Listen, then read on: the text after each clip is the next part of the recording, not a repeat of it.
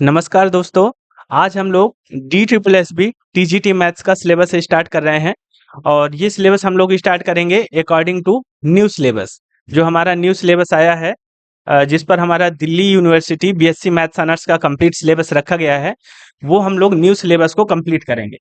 तो चलिए एक बार डिस्कस कर लेते हैं सिलेबस को कि किस तरीके से क्या-क्या चीज़ें रखी गई हैं और हम लोग किस तरीके से कवर करने वाले हैं इस कोर्स में। तो यहाँ पर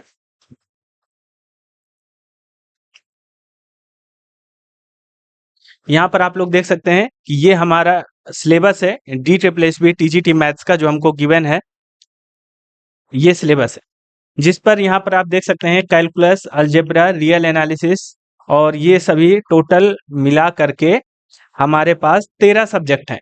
इन 13 सब्जेक्ट का सिलेबस हमको कंप्लीट करना है। ठीक है, तो अब यहाँ पर ध्यान देने वाली बात ये है, देखो मैं आप लोग को एक चीज बता रहा हूँ कि जैसे हम लोग कैलकुलस का सिलेबस पढ़ रहे हैं, जैसे हम लोग मान लीजिए कि कैलकुलस का सिलेबस पढ़ने लग गए, तो कैलकुलस के सिलेबस में आप लोग देखेंगे कि यहाँ पर 4 टॉपिक रखे गए हैं। Derivative for graphic and applications, दूसरा टॉपिक है sketching and tracing of curves, तीसरा टॉपिक है volume and area of surface और चौथा टॉपिक है vector calculus and its application. ठीक है, ये 4 टॉपिक यहाँ पर रखे गए हैं। तो क्या हमको कैलकुलस का सिलेबस में केवल 4 टॉपिक ही कवर कर लेना है, हमारा कैलकुलस का सिलेबस समाप्त हो जाएगा?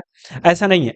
ये जो सिलेबस यहाँ पर रखा गया है आपका D triple S B TGT maths में, ये सिलेबस आप लोग देख सकते हैं कि हमारा DU Delhi university BSc maths honours का कंप्लीट सिलेबस रख दिया गया है। 6 सेमेस्टर बीएससी मैथ्स ऑनर्स का कंप्लीट सिलेबस है ये। आप लोग को मैं दिखा रहा हूं यहाँ पर, देखो ये हमारा सिलेबस है डीयू का। ठीक है, दिल्ली यूनिवर्सिटी का बीएससी मैथ्स ऑनर्स का सिलेबस है। इसको थोड़ा सा बड़ा कर लेते हैं। अब देखिएगा यहाँ पर,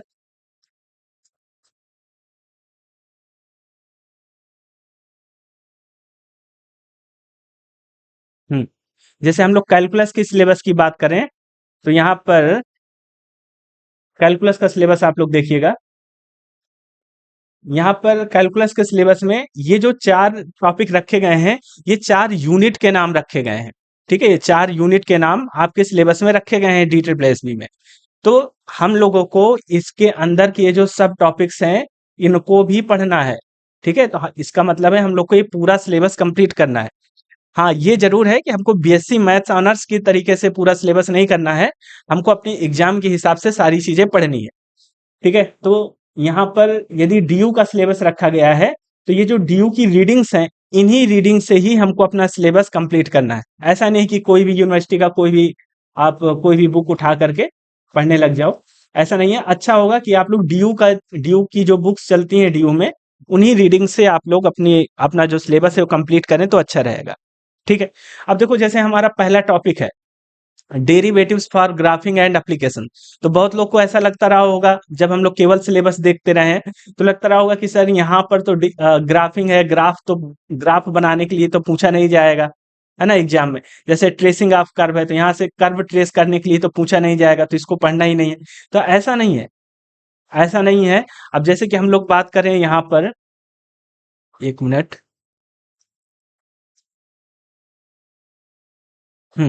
जैसे कि हम लोग यहाँ पर बात कर रहे हैं ग्राफिंग की, तो यहाँ पर हम हमारे क्वेश्चन किस तरीके से बन सकते हैं। जैसे कनकेविटी से क्वेश्चन बन सकता है। कनकेविटी में पूछेगा आपसे कि बताइए कहाँ पर फंक्शन कनकेव अप है, कहाँ पर फंक्शन कनकेव डाउन है। ठीक है, तो ये क्वेश्चन यहाँ से बनेगा।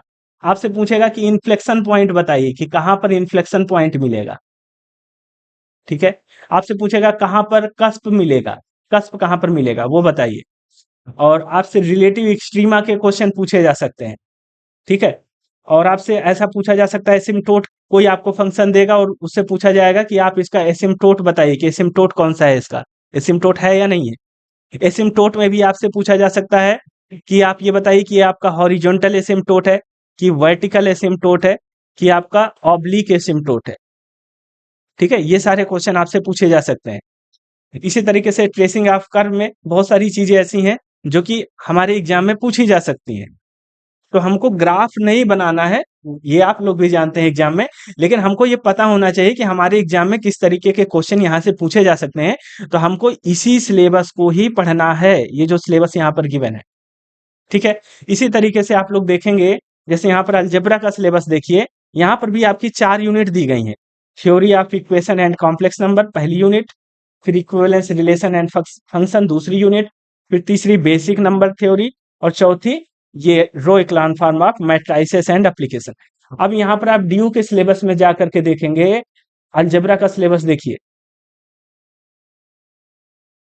ये है अलजेब्रा का सिलेबस, ठीक है। तो यहाँ पर भी आप लोग देखिए ये 4 यूनिट दी गई हैं, है ना। तो हमारे जो डी ट्रिपल एस बी में जो सिलेबस दिया गया है, उन्होंने केवल एक मोटा मोटा यहाँ से हेडिंग, ये जो 4 यूनिट हैं इनके नाम रख दिए हैं, लेकिन हमको इनके अंदर के जो सिलेबस है ये इसी बुक से पढ़ना है जो रीडिंग्स यहाँ पर गिवन है। जैसे ये बुक यहाँ चलती है ना, इस बुक से सिलेबस कवर किया गया है, तो इसी बुक को हमको पढ़ना है।